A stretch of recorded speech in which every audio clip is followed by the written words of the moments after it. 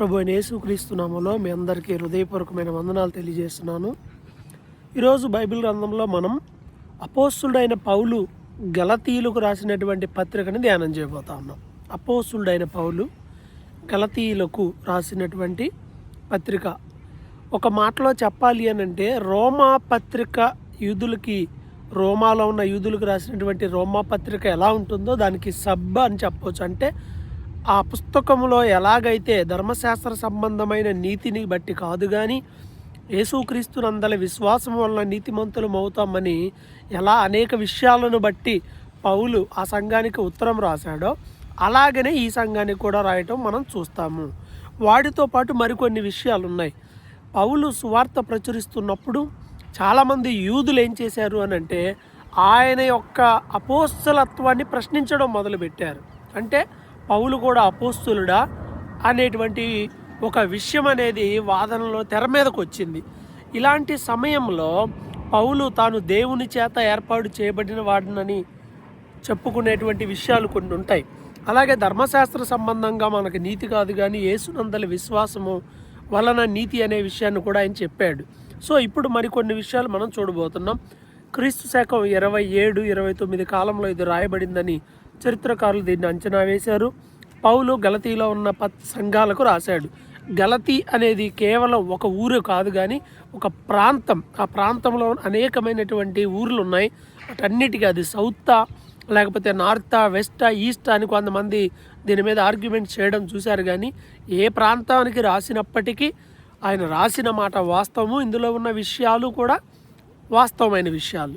So ఏం చెప్తున్నాడు, మొదట్లోనే మనుషుల మూలముగానైనను ఏ మనుషుని వలన అయినా కాకుండా యేసుక్రీస్తు వల్ల ఆయన మృతుల్లో నుండి లేపిన తండ్రి వలన అపోస్తులుగా నియమింపబడిన పౌలనే నేను అంటున్నాడు. అంటే ఏంటి, అపోస్తులుడైన పౌలుకి ఎక్కడి నుండి వచ్చింది ఈ అపోస్తలత్వం అనేది అని అంటే చాలామంది ఏం చేశారంటే ఆయన ఆ నిజమైన అపోస్తులు కాదు అని కొంతమంది, మరికొంతమంది ఈయన అపోస్తుల లెక్కలోకి ఎలా వస్తాడు, 12 మంది కదా ఈయన కాదు కదా అని మరికొంతమంది. ఇలా రకరకాల ఇష్యూస్ వచ్చినప్పుడు ఆయన క్లారిటీ ఇచ్చాడు. ఏ మనిషి నన్ను అపోస్తులుగా చేయలే, ప్రభు నన్ను అపోస్తులుగా ఏర్పాటు చేసుకున్నాడు.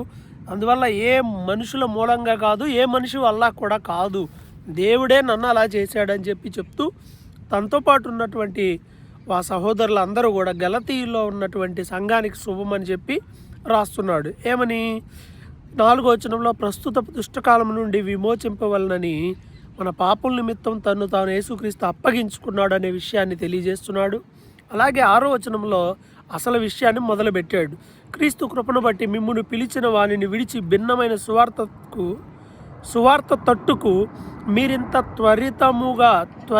త్వరగా తిరిగిపోవట చూడగా నాకు ఆశ్చర్యం అగుచున్నది అని అంటున్నాడు. అంటే వీళ్ళు ఏమైపోయారు, త్వరగా డైవర్ట్ అయిపోయారు. పౌలు గారు ఎలా ప్రయాసపడ్డారంటే కేవలం యేసునందలి విశ్వాసము ద్వారా నీతి వస్తుందని చెప్పడం మొదలుపెట్టాడు. కానీ వీళ్ళు ఏం చేశారు అని అంటే మరలా ధర్మశాస్త్ర సంబంధమైన క్రియలకి వెనక్కి వెళ్ళిపోయారు. ఆ రోజుల్లో కొంతమంది బోధలు ప్రారంభమైనవి. ఏంటి ఆ బోధలు అని అంటే రక్షణ పొందిన అన్యజనులైనా యూదులైన ఎవరైనా సరే ధర్మశాస్త్రాన్ని యథావిధిగా పాటించాలి. ఇది ఒక రాంగ్ టీచింగ్. ఇక ధర్మశాస్త్రాన్ని పాటించాలి అని అనుకుంటే ఇక ప్రభు రావడం ఎందుకు కదా. కాబట్టి ఈ విషయాన్ని పౌలు గారు అనేక విషయాల ద్వారా, అనేకమైన ఎగ్జాంపుల్స్, దృష్టాంతాల ద్వారా నిరూపించాడు. మీరింత త్వరగా తిరిగిపోయారు వేరే సువార్త వైపు, నాకు ఆశ్చర్యం అనిపిస్తుంది. ఇది క్రీస్తు సువార్తను చెరపగోరేది. కొంతమంది కలవరపరుస్తూ ఇలాంటివి చెప్తున్నారు. నేను కాదు, ఆకాశం నుండి దేవదూత వచ్చి ఇదిగో ఇది దేవుని మాట అని చెప్పినా నమ్మొద్దు. యేసు మన కొరకు ఈ లోకానికి వచ్చారు, ఆయన మన కోసం చనిపోయి తిరిగి లేచారు. ఆయన యందు విశ్వాసం ఉంచుట ద్వారా మనకు నిత్య జీవం వస్తుంది. ఇది తప్ప మరి ఇంకొకటి ఏది సువార్త కాదు, మరి దేనిని కూడా మీరు నమ్మొద్దు అని చాలా క్లియర్గా ఆయన చెప్పడం మనం చూస్తాం. ఎవరైనా వేరే ప్రకటిస్తే వాళ్ళు శాపగ్రస్తులు అవుతారు అంటున్నాడు. అలాగే 10లో నేను మనుషుల దయ కోసం చూస్తున్నానా, దేవుని దయ కోసం చూస్తున్నానా, నేను నిత్యముగా మనుషుల దయను కోరుకుంటే దేవుని దయను పొందకుండా పోతాను అని చెప్తూ క్రీస్తు యేసుకే నేను దాసుడిని అని చెప్తున్నాడు. అలాగే తనకు అప్పగించింది ఎవరు తనకు బోధించలేదు కానీ దేవుడే నాకు ఇచ్చాడు అని చెప్తున్నాడు. ఎందుకంటే చెప్పాను కదా, ఆయన అపోస్తులత్వం మీద ప్రశ్నలు. ఒక వ్యక్తి ఎదుగుతూ ఉన్నప్పుడు సహజంగా జరిగేది ఇదే. అతని బ్యాక్గ్రౌండ్ని క్రిటిసైజ్ చేయడం, లేదా లేనిపోయిన విమర్శలు, అనవసరమైనవన్నీ క్రియేట్ చేయడం ఇది సైతానుడి పని. అలా చేసినప్పుడు ఆయన దానికి కొంత వివరణ ఇచ్చాడు. తన గురించి చెప్పుకుంటున్నాడు. ఏమని? 13వ వచనంలో, నేను పూర్వం యూదా మతస్థుడిగా ఉన్నాను, సంఘాన్ని అపరిమితంగా హింసించాను, నా పితరుల పారంపర్యాచారముల ప్రకారం నేను చాలా విశేషమైన ఆసక్తి గలవాడినై, నాతో పాటు ఉన్న వాళ్ళ యూదులందరికన్నా నేను కొంచెం ఆధిక్యతగా ఉన్నాను. నా నడవడి అలా ఉంది. అయితే తల్లి గర్భంలో పడింది మొదలుకొని నన్ను ప్రత్యేకపరిచిన దేవుడు అన్యజనుల్లో నేను ఆయన గురించి సువార్తను ప్రకటించాలని నాకు దేవుడు బయలుపరిచాడు దమస్కు మార్గంలో. అప్పుడు నేను ఏ మనుషుడిని సంప్రదించలేదు అని చెప్తూ ఏమంటున్నాడు? నేను యెరూషలేము కూడా వెళ్ళలేదు వెంటనే, కానీ అరేబియా దేశానికి వెళ్ళాను, తర్వాత మరలా దమస్కుకు వచ్చాను. 3 సంవత్సరాల తర్వాత నేను పేతురుని కలిశాను, అది కూడా యెరూషలేములో 15 రోజుల్లో. ఆ తర్వాత నేను ఇంకెవరిని చూడలేదు. ప్రభు సహోదరుడైన యాకోబు, చంపబడిన యాకోబు కాదు, శిష్యుడైన యాకోబు కాకుండా ప్రభు సహోదరుడు అంటే యేసుక్రీస్తు సొంత తమ్ముడు యాకోబు, ఆయన్ని నేను చూశాను. నేను అబద్ధం ఆడట్లేదు, నిజమే చెప్తున్నాను. అంతకుముందు నా గురించి కూడా ఎవరికి తెలియదు, కానీ ఒకప్పుడు సంఘాన్ని హింసించాడు, కానీ ఇప్పుడు ఇతను సంఘంలో యేసయ్య గురించి చెప్తున్నాడు అని అందరూ నన్ను బట్టి దేవుణ్ణి మహిమపరిచారు అని 1వ అధ్యాయంలో తెలియజేశాడు. ఆ తర్వాత 14 సంవత్సరాల తర్వాత నేను తీతును వెంట పెట్టుకొని బర్నబాతో కూడా యెరూషలేముకి వెళ్ళాను. దేవుని దర్శన ప్రకారమే వెళ్ళాను. అప్పుడు నేను అపోస్తులని, ఎన్నికైన వాళ్ళని కనుక్కున్నాను. అక్కడ దేవుని యొక్క ప్రణాళిక నా పట్ల ఏమై ఉన్నది అనే విషయాన్ని నేను తెలియజేశాను.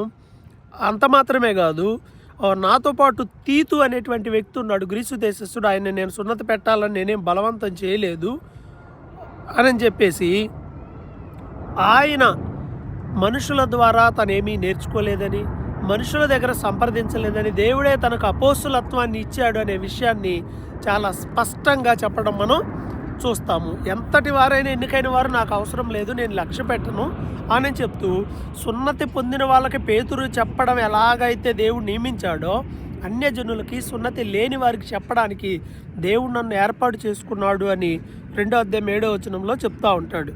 అంత మాత్రమే కాకుండా దేవుడు నాకు ఇచ్చిన ఈ ఆధిక్యతను కనుగొన్న కేఫా అంటే పేతురు కానీ యాకోబు వాళ్ళందరూ బర్నబాని నాకు కుడి చేతిగా అంటే సపోర్ట్గా ఇచ్చి, మీరు వెళ్ళి ప్రకటించండి, పేదలను జ్ఞాపకం చేసుకోమని చెప్పారు, మేము అలాగనే జ్ఞాపకం చేసుకున్నామని తన పరిచర్య గురించి చెప్తాడు. అయితే ఒక విషయంలో కేఫాని ఎదిరించాడు, అంటే పేతురుని ఎదిరించాడు అనే విషయాన్ని చెప్తున్నాడు. ఏంటి అని అంటే, యాకోబు దగ్గర నుండి కొంతమంది రాకమునుపు పేతురు అన్ని జనులతో కలిసి భోజనం చేస్తున్నాడు. అయితే సడన్గా వాళ్ళు రాగానే, సున్నతి పొందిన వాళ్ళు రాగానే భయపడి అక్కడి నుండి గబుక్కునే వేరైపోయాడు. అదేంటి, మన అందరం ఒకటే కదా, యూదులు అన్యజనులతో కలిసి భోజనం చేయరు, కానీ పేతురు అందరూ సమానమని చెప్తున్నాడు కదా, శిష్యులు అందరూ చెప్తారు, మరి వాళ్ళకి భయపడి ఎందుకు ఆయన నువ్వు అలా వెళ్ళిపోయావు, మనం బోధించేది ఏంటి, మనం ఆచరించేది ఏంటి అని ఈ విషయంలో నేను పేతుర్ని కూడా ఎదురించాను. ఈ విషయంలో నువ్వు ఒకటి చెప్తూ ఇంకొకటి ఎందుకు చేస్తున్నావు అని నేను ఆయన్ని బహిరంగంగానే గద్దించాను అని చెప్పేసి ఓ మాటను చెప్తూ, ఇక 15-16 వచనాల నుండి ఏమంటాడంటే, మరలా అంటాడు కదా 2:16లో, ధర్మశాస్త్ర సంబంధమైన క్రియల మూలముగా నీతిమంతుడుగా తీర్చబడనని ఎరిగి మనందరము ధర్మశాస్త్ర సంబంధమైన క్రియామూలముగా కాక క్రీస్తునందలి విశ్వాసము వలనే నీతిమంతులమని తీర్చబడుటకై యేసుక్రీస్తునందు విశ్వాసముంచి ఉన్నాము. ఇది ధర్మశాస్త్రము మనల్ని నీతిమంతులుగా చేయదు, ఆ క్రియల వల్ల మనం నీతిమంతులము కాము. యేసునందు విశ్వాసం ఉంచుట వలన మాత్రమే మనం నీతిమంతులం అవుతాము అనేది బైబిల్ చెప్పినటువంటి మాట. ఈ విషయాన్ని ఇక్కడ ఆయన మరలా చెప్తున్నాడు. పడగొట్టిన వాటిని మరలా నేనే కడితే నేను అపరాధిని అవుతాను కదా, ప్రభువే దాన్ని పడగొట్టి నూతన నిబంధన స్థాపించాడు.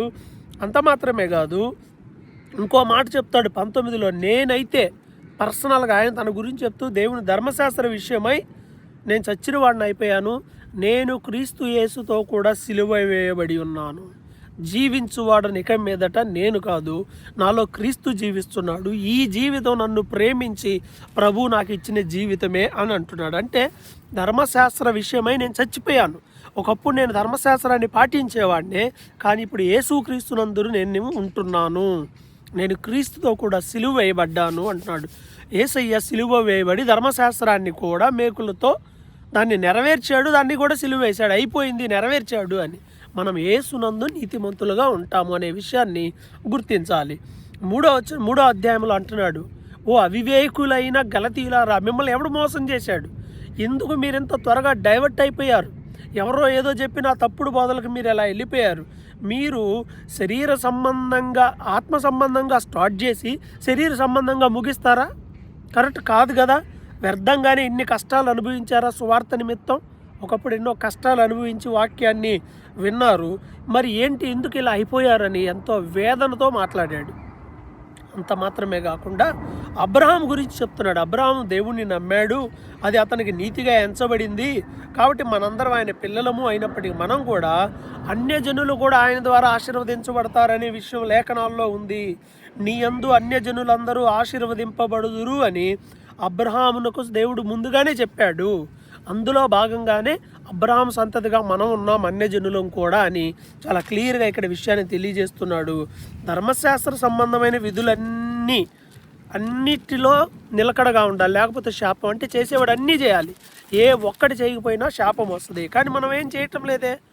కాబట్టి మనం ధర్మశాస్త్రానికి సంబంధం కాదు, ప్రభుతో ఉంటే నీతిమంతులుగా, విశ్వాసమూలంగా నీతిమంతులుగా ఉంటాము అని 12లో చెప్తున్నాడు. ఇవే మాటలు రోమాపత్రికలో కూడా చెప్పాడు. ఈ విషయాన్ని మనం గుర్తు చేసుకోవాలి. అంత మాత్రమే కాకుండా ఆత్మను గురించిన వాగ్దానం విశ్వాసం వల్ల మనకు లభిస్తుంది. అందు నిమిత్తం 14లో క్రీస్తు మన కోసము శాపమై మనల్ని ధర్మశాస్త్రం యొక్క శాపం నుండి విమోచించాడు అని చెప్తున్నాడు. యేసు ప్రభు ధర్మశాస్త్రాన్ని నెరవేర్చాడు. మన కోసం యేసు శాపంగా మారిపోయాడు. ఎలా? మ్రాను మీద వేలాడబడినవాడు శాపగ్రస్తుడని ధర్మశాస్త్రంలో ఉంది. మన కోసం యేసయ్య మ్రాను మీద వేలాడబడ్డాడు. కాబట్టి ఆయన మన కొరకు శాపం అయిపోయాడు. ఆయన దాన్ని కొట్టివేశాడు. కాబట్టి ఇంకేమీ మనకు అవసరం లేదు. అబ్రహాము అతని సంతానము ఎలాగైతే ఆ వాగ్దానాలు పొందడానికి అర్హులో మనం కూడా అలాగే అర్హులము అని చెప్తున్నాడు. ఇంకా ఏమంటున్నాడు 17వ వచనంలో, 430 సంవత్సరాల తర్వాత ధర్మశాస్త్రం వచ్చింది. అంతే కదా. ధర్మశాస్త్రం ఎప్పుడు? మోషే కాలంలో వచ్చింది. అబ్రహాం కాలంలో ధర్మశాస్త్రం లేదు, 430 ఏళ్ల తర్వాత వచ్చింది. అయితే మరి అంతకుముందు అబ్రహాము ఎలా నీతిమంతుడయ్యాడు ధర్మశాస్త్రం లేకుండా? చెప్పండి. దేవుని మాట వలన, అతడు విశ్వసించుట వలన, అతడు దేవుని వాక్యానికి లోబడి బ్రతకడం. అంటే దేవుని మాటే, ఆజ్ఞలు లేవు. అలాగే ఈ 430 ఏళ్ల తర్వాత వచ్చినటువంటి ఈ ధర్మశాస్త్రం వాగ్దానాన్ని నిరర్ధకం చేస్తుందా? చెయ్యదు కదా అంటూ ఇంకా ఏమంటున్నాడు, ధర్మశాస్త్రం ఎందుకు, ఎవరికి? అది యూదులకి మధ్యవర్తి ద్వారా, దేవదూత ద్వారా నియమించబడిను. ఎవరి ద్వారా నియమించబడిన ధర్మశాస్త్రం అంటే దేవదూతల ద్వారా అంటున్నాడు. మధ్యవర్తి ఎవరికి కాదు, ఎవరు కాదు, దేవుడే. మరి ఇప్పుడు దేవుడే ధర్మశాస్త్రానికి విరుద్ధంగా అంటే అలా కాదు. అది ఆ రోజు వాళ్ళకి దేవుని ప్లాన్ అలా ఉంది. కానీ ఇప్పుడు మనకి విశ్వాసం ద్వారా రక్షణ వస్తుంది, మనకు అవి అవసరం లేదు అని అంటూ ఒక ఎగ్జాంపుల్ చెప్తున్నాడు. అదేమిటి అని అంటే 24వ వచనంలో, యేసుక్రీస్తు దగ్గరకు మనల్ని నడిపించడానికి ధర్మశాస్త్రం మనకి బాలశిక్షకుడు ఆయను. ట్రైనింగ్ లాంటిది, బాలశిక్ష లాంటిది. మనందరం విశ్వాసము వలన యేసుక్రీస్తు యొక్క దేవుని కుమారులమై ఉన్నాము. యేసుక్రీస్తులో బాప్తిసం పొందిన అందరూ క్రీస్తును ధరించుకున్నారు. యూదులైనా, గ్రీసు దేశస్థులైనా, స్త్రీలైనా, పురుషులైనా, ఎవరైనా, దాసుడైనా, స్వతంత్రుడైనా, ఎవరైనా సరే అందరూ యేసుక్రీస్తునందు ఒక్కటే. మనందరం అబ్రహాము సంతానమే, మనందరం వాగ్దానంతో వారసులమే అని చెప్తూ 4వ అధ్యాయంలో ఇంకా వాటిని ఎక్స్ప్లెయిన్ చేస్తున్నాడు. ఓ పిల్లోడు ఉన్నాడు, వాడు పుట్టగానే వాడికి ఆస్తి మొత్తం ఇచ్చేసేస్తారా? వారసుడైనా కూడా ఇవ్వరు కదా, అతడు వెయిట్ చేస్తాడు. అలాగే ప్రభువు కూడా ఏం చేస్తున్నాడు అంటే, ఒక నిర్ణయ కాలం వచ్చే వరకు కొన్ని మూలపాఠాలకు లోబడి ఉంటాం, అది ధర్మశాస్త్రం. ఇప్పుడు దేవుడు ఏం చేశాడంటే, కాలం పరిపూర్ణమైంది, దేవుడు తన కుమారుని పంపించాడు. ఇప్పుడు మనం దత్తపుత్రులం అయిపోయాము, మనం విడిపించబడ్డాం. అందుకే అబ్బా తండ్రి అని మొరపెడుతున్నాం. ఇవే మాటలు రోమాపత్రికలో కూడా మనకి కనిపిస్తాయి. కాబట్టి మనం దాసులము కాదు, కుమారులము. ఒకప్పుడు 8వ వచనంలో, ఒకప్పుడు మనం దేవుళ్ళు లేరు, ధర్మశాస్త్రం లేదు, పాపముల్లో ఉన్నాం. కానీ ఇప్పుడు దేవుని వైపు వచ్చాం. మరలా తిరిగి ధర్మశాస్త్రం అని ఆచారాల వైపు వెళ్ళొద్దు అని క్లియర్గా చెప్తున్నాడు. ఈరోజు చాలామంది క్రొత్త నిబంధన సేవకులు కూడా పాత నిబంధనలో అనేకమైన ఆజ్ఞలు క్రొత్త నిబంధనలో ఉన్న విశ్వాసుల భుజాల మీద మోపుతూ ఉంటారు. అది చాలా తప్పు. పాత నిబంధనలో ఉన్న మంచి విషయాలు, తప్పక పాటించాల్సిన నైతిక విషయాలన్నీ కొత్త నిబంధనలో చేర్చబడ్డాయి. మనం కలిపే పని లేదు, దేవుడే కలిపాడు. మారలా. ఆ రోజు అబద్ధం ఆడొద్దన్నాడు పాత నిబంధనలో, క్రొత్త నిబంధనలో కూడా అదే ఉంది. క్లియర్గా అన్నీ మెన్షన్ చేశాడు. కాబట్టి అవి చెప్పి ఇంకా విశ్వాసులను బాధ పెట్టొద్దు అంటూ మునుపటి మూల పాఠాల వైపు మీరు ఎందుకు మరలా వెళ్ళిపోయారు అంటూ 10వ వచనంలో 4:10లో మీరు దినములు, మాసములను, ఉత్సవ కాలములు, సంవత్సరములు ఆచరించుచున్నారు. అంటే ఇశ్రాయేలీలకి దినములు ఉన్నాయి, కొన్ని చాలా పండుగలు ఉన్నాయి, అవన్నీ పాటిస్తున్నారు. సంవత్సర కాలాలకు చేయాల్సిన పండుగలు ఉన్నాయి, అవన్నీ పాటిస్తున్నారు. అమావాస్య, విశ్రాంతి దినము, ఇలా చాలా ఉన్నాయి. మరి ఇప్పుడు మనం ఎవ్వరం విశ్రాంతి దినాన్ని పాటించట్లేదు కదా. మరి ధర్మశాస్త్రంలో ఉంది కదా, పాటించాలి కదా. ఒకటి పాటిస్తూ ఒకటి పాటించడం కాదు, కానీ జ్ఞాపకం చేసుకుందాం, ధర్మశాస్త్రంలో ఉన్నవన్నీ కూడా యూదులకు మరియు ఆనాటికి దేవుడు క్రొత్త నిబంధన మనకి చేశాడు. మనం వాటికి బద్దులమై ఉండాలి. నేను మీకోసం ఎంత కష్టపడితే మీరు మరలా వెనక్కి వెళ్ళిపోతారో నాకు భయంగా ఉంది. నేను పడిన ప్రయాసం అంతా వ్యర్థమైపోతుందో అని ఆయన బాధపడుతూ ఏమంటాడో తెలుసా? జ్ఞాపకం చేస్తున్నాడు 13వ వచనంలో, మీరు నాకు అన్యాయం చేయలేదు, నాకు శరీర దౌర్బల్యం కలిగిన, నాకు ఒంట్లో బాగాలేదు. ఈరోజు ఒంట్లో బాగాలేదని పరిచర్య మానేసే వాళ్ళు చాలామంది ఉన్నారు. మనం నేర్చుకోవాలి. నాకు బాగాలేదు, అయినా నేను మీకు సువార్తను ప్రకటించాను, నాకు శోధన ఉంది నా శరీరంలో, అయినా సరే నేను దాన్ని పక్కన పెట్టి నేను మీకు సువార్తను ప్రకటించా. మీరు కూడా జాగ్రత్తగా విన్నారు. సఖ్యమైతే కుదిరితే కళ్ళు పీకైనా మీరు నా కోసం ఇస్తారని నేను మీ గురించి చెప్పానే. ఆ సాక్ష్యం ఇప్పుడు ఏమైంది? ఒకప్పుడు అంత ఆత్మీయంగా ఉండి ఇప్పుడు ఎందుకు మీరు శరీరానుసారంగా అయిపోయారు అని చెప్పి ఆయన ఎంతో బాధతో మరలా క్రీస్తు స్వరూపం మీలో ఏర్పడే వరకు నేను మీకోసం ఎంతో ప్రయాసపడుతున్నాను, మరలా ప్రసవేదన పడుతున్నాను మీ గురించి అంటూ మీరు మరలా ధర్మశాస్త్రానికి బానిసలుగా ఉండాలనుకుంటున్నారా అని మరలా ఎగ్జాంపుల్ చెప్తున్నాడు. అబ్రాహాముకు 2 పిల్లలు పుట్టారు. ఒకడు దాసి వలన పుట్టాడు, ఒకడు భార్యకు పుట్టాడు అని ఈ రెండింటిని అలంకారాలు, ఒకటి కొత్త నిబంధన, ఒకటి పాత నిబంధన అని పోలుస్తూ, ఒకటి సీనాయి కొండ, రెండవది అది అరేబియా దేశంలో ఉన్న సీనాయి కొండ, రెండవది యెరూషలేము కొండ. యెరూషలేము స్వతంత్రముగా ఉన్నది. మనము హాగరు సంతానం కాదు, మనం అబ్రహాము అయినటువంటి శారాకు కలిగిన సంతానము, ఇస్సాకు సంతానం, మనం వారసులం, వాళ్ళు వారసులు కాదు అని చెప్తున్నాడు. అలా చెబుతూ కొన్ని లేఖనాలను చెప్తూ ఉన్నాడు. శరీరానుసారంగా పుట్టినవాడు, శరీరమును పుట్టినవాడు ఆత్మను బట్టి పుట్టినవాడిని హింస పెట్టాడు. అలాగే ఇప్పుడు కూడా జరుగుతుంది. ఇప్పటికీ అదే కదా. పక్కనున్న Gaza, Lebanon, Syria, Iran, Iraq వీళ్ళంతా హాగరు సంతానమే. తండ్రి ఒకడే, తల్లి వేరు. చూడండి, అవన్నీ కూడా ఆ యుద్ధం ఇంకా జరుగుతుంది. ఆ రోజు ఇబ్బంది పెట్టాడు, ఈ రోజుకి ఇబ్బంది జరుగుతూనే ఉంది. కాబట్టి మనము స్వతంత్రురాలు కుమారులము కానీ దాసీ కుమారులం కాదు అనే విషయాన్ని చెప్తున్నాడు. అలాగే 5వ అధ్యాయంలో కొనసాగిస్తూ క్రీస్తు మనల్ని స్వతంత్రులుగా చేశాడు. ఈ స్వతంత్రం ఎలా వచ్చిందంటే క్రీస్తు మనకి ఈ స్వాతంత్రాన్ని ఇచ్చాడు.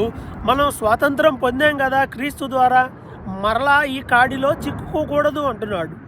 మరలా ఈ దాస్యం అనే కాడిలోకి వెళ్ళొద్దు.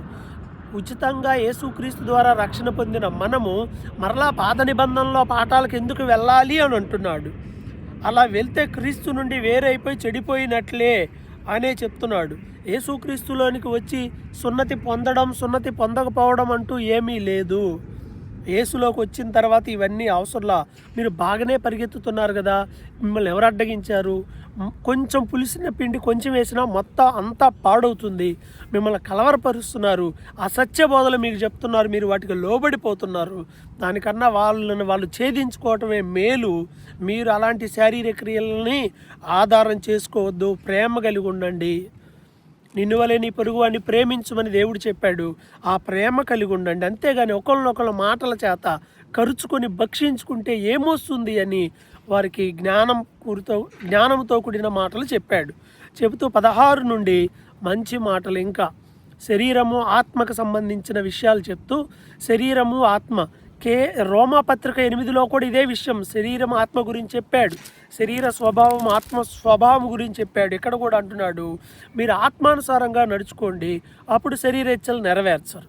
శరీరానుసారంగా నడిస్తే ఆత్మ నెరవేర్చదు. కాబట్టి ఆత్మ శరీరానికి శరీరం ఆత్మకి ఎప్పుడు విరోధంగా నడుచుకుంటాయి అని చెప్పి శరీర క్రియ ఆత్మచేత నడిపించబడితే మీరు ధర్మశాస్త్రానికి లోనైన వారు కారు అంటూ 19, 20, 21లో శరీర కార్యాల గురించి చెప్పాడు. శరీర కార్యాలు స్పష్టంగా ఉన్నవి: జారత్వము, అపవిత్రత, కామకత్వము, విగ్రహ ఆరాధన, అభిచారము, ద్వేషము, కలహము, మత్తతలు, క్రోధాలు, కక్షలు, భేదములు, విమతములు, అసూయలు, అల్లరితో కూడిన ఆటపాటలు, ఇవన్నీ శరీరానుసారమైన క్రియలు.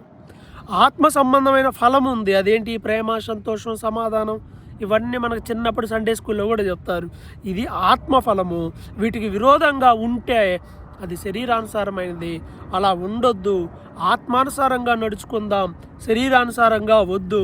వివాదాలు వద్దు, అసూయపడొద్దు, వృధాగా అతిశయపడొద్దు అనంటూ ఒకరికొకరు ఎలా ఉండాలో 6వ అధ్యాయంలో చెప్తున్నాడు. ఎవరైనా ఏదన్నా పాపంలో పడిపోతే, ఎవరైనా ఒక తప్పిదంలో చిక్కుకుంటే మీరు చూచి ఏం చేస్తారు అంటే సాత్వికమైన మనసుతో అలాంటి వాడిని మంచి దారిలోనికి తీసుకురండి. విమర్శించడం కాదు, ఆడు అలా అయిపోయాడు లేదా ఇలా అయిపోయాడని. ఏం చేయాలట? సాత్వికమైన మంచి మనసుతో అతనికి బుద్ధి చెప్పి ఇలా కాదు, ఇలా ఉంటే ఎలా అని అతన్ని సరైన మార్గంలో తీసుకురావాలి. ఒకరి భారాలు ఒకరు మనం భరించాలి. యేసు ప్రభువు కూడా ఇలానే చేశాడు, మనం అలా ఉండాలి అంటున్నాడు. మరి ఎవరన్నా తప్పిపోతే మనం ఏం చేస్తాం? వాళ్ళ గురించి చెడు చెప్పడం, వాళ్ళ గురించి అన్ని పుకారులు చెప్పడం, ఇంకా రకరకాలుగా చేస్తూ ఉంటారు. అది కరెక్ట్ అయింది కాదు. వాళ్ళు సరైన మార్గంలోని తీసుకురండి. సాత్వికమైన మంచి మనసు కలిగి ఉండాలి. అలాగే ఎవడైనా ఒట్టివాడై ఉండేది నేను ఎన్నికైన వాడిని ఎంచుకోవద్దు. ఏమి లేకపోయినా ఎగిరెగిరి పడొద్దు. మిమ్మల్ని మీరు మోసం చేసుకోవద్దు. ప్రతి వాడు తను చేసే పనిని పరిశీలించుకోండి. దేవుడు ఇతరుల బట్టి కాదు కానీ నిన్ను బట్టే నీకు ఏం చేస్తాడంటే తీర్పు తీరుస్తాడు. నువ్వు నిన్ను బట్టే అతిశయించాలి అంటున్నాడు. అలాగే వాక్యోపదేశం పొందే వాళ్ళు ఉపదేశించే వాళ్ళకి మంచి పదార్థములన్నిటిలో భాగములు ఇవ్వవలెను. వాక్యం చెప్పే వాళ్ళని బాగా చూసుకోండి. మోసపోవద్దు. దేవుడు వెక్కిరింపబడు. ఏం విత్తుతావో అదే కోస్తావు అన్నాడు. అంతే, మనం ఏం విత్తుతామో అదే కోస్తాము. కాబట్టి మోసపోవద్దు. ఆత్మను బట్టి విత్తితే ఆత్మ సంబంధమైనవి వస్తాయి. శరీరాన్ని బట్టి విత్తితే శరీర సంబంధమైన పంట వస్తుంది. కాబట్టి మీరు విసుకోకుండా మేలు చేయండి. మనకు సమయం ఉన్నప్పుడల్లా విశ్వాస గృహమునకు చేరి అందరికీ మేలు చేయండి అని ఒక పెద్ద అక్షరాలతో రాస్తున్నాడు. ఏమిటి అని అంటే, క్రీస్తు యొక్క శిలువ విషయమై హింస పొందుకుంటుటకు మాత్రమే సున్నతి పొందవలనని మిమ్మల్ని బలవంతం చేయుచున్నారు. మీకు అనవసరమైన ఇబ్బందులు వస్తాయి, సున్నతి పొందండి, మీరు క్రైస్తవులుగా ఉండండి అని కొంతమంది చెప్తా ఉన్నారు. అయితే వారు సున్నతి పొందిన వారైనను ధర్మశాస్త్రాన్ని ఆచరింపరు. సున్నతి పొందుతారు కానీ ధర్మశాస్త్రాన్ని పాటించరు. మీరు తాము మీ శరీర విషయమందు అతిశయించు నిమిత్తం మీరు సున్నతి పొందాలని కోరుతున్నారు. అయితే యేసుక్రీస్తు యొక్క సిలువలో తప్ప దేంట్లో నాకు అతిశయం లేదు. అలాంటిది ఏదైనా ఉంటే అది నాకు దూరం కావాలి. నేను లోకానికి, లోకము నాకు సిలువ వేయబడి ఉన్నాము. సున్నతి పొందడం విషయం కాదు, నూతన సృష్టి మనం పొందుతున్నామా లేదా, మనం నూతనంగా ఉంటున్నామా లేదా అనేదే ముఖ్యము. కాబట్టి ఇలానే ఉండండి. నా శరీరంలో ఇప్పటికీ ముద్రలు ధరించున్నానికి ఎవడు నన్ను శ్రమ పెట్టొద్దు, దేవుని ఆత్మ తోడుగా ఉంటుందని ఆశీర్వాదంతో ముగించాడు. అంటే ఇక నాకు పరిచర్యలో చాలా ఇబ్బందులు పడ్డాను నేను, ఇక కొత్తగా మరలా ఇబ్బంది పెట్టొద్దు నన్ను అని చెప్పి క్లియర్గా వాళ్ళతో మాట్లాడుతూ అంటున్నాడు. అంటే ఇక్కడ ఓవరాల్గా ఈ పత్రికలో పౌలు గారు చెప్తున్నది ఏంటయ్యా అని అంటే, దేవుడు నన్ను అభిషేకించాడు, ఏ మనిషి వల్ల ఇది జరిగింది కాదు. ఎందుకంటే ఆయన అపోస్తులత్వాన్ని ప్రశ్నించారు. తర్వాత ఆయన మరలా తిరిగి శిష్యులను కలుసుకొని చక్కగా వాళ్ళు కలుసుకొని సంఘంలో వాళ్ళతో ఉండి ప్రభు పరిచర్లో ఉన్నాడు. ఇండివిజువల్గా ఆయన ఏం పరిచర్య చేయలే, సంఘంలో కలిసే చేశాడు. రెండవది, ధర్మశాస్త్ర సంబంధమైన నీతి వలన విశ్వాసం రాదు. రక్షణ పొందిన వాళ్ళు తిరిగి మరలా ధర్మశాస్త్ర సంబంధమైనటువంటి క్రియల వైపు వెళ్ళకూడదు. ఇది పౌలు గారు చెప్తుంది. ఈ రోజుల్లో చాలామంది కూడా ప్రభువు చెప్పిన క్రొత్త నిబంధన మాటను విడిచిపెట్టి మరలా తండ్రి అని, లేకపోతే ఇదే యేసు ప్రభువుది ఏమీ లేదని, లేకపోతే ధర్మశాస్త్రంలో ఉన్నామని పాటించకపోతే ఎలా అని మరలా వాటి వైపు తిప్పే బోధలు వచ్చాయి. ఆ రోజే వచ్చినాయి, ఈరోజు కూడా ఉన్నాయి. ఇలాంటప్పుడు జాగ్రత్తగా ఉండి క్రొత్త నిబంధన చదవండి, వాటిని పాటించండి. పాత నిబంధన చదవండి, తెలుసుకోండి ఒకప్పుడు ఎలా ఉండేది అని. మనం పాటించాల్సింది క్రొత్త నిబంధన. పాత నిబంధనలో ఉన్న నైతిక ఆధ్యాత్మిక విషయాలన్నీ క్రొత్త నిబంధనలో దేవుడు పొందుపరిచాడు. ఇది గలతీయులకు రాసినటువంటి పత్రిక. ఇక ఇంకా అనేక పత్రికలు, సువార్తలు, పాత నిబంధన గ్రంథాల యొక్క సమీక్షలు అందుబాటులో వీడియోలో ఉన్నాయి, చూడండి. అయితే మీరు బైబిల్ చదవండి, దేవుడు మీతో మాట్లాడతాడు. ప్రభువు మిమ్మల్ని ఆశీర్వదించునుగాక. ఆమెన్.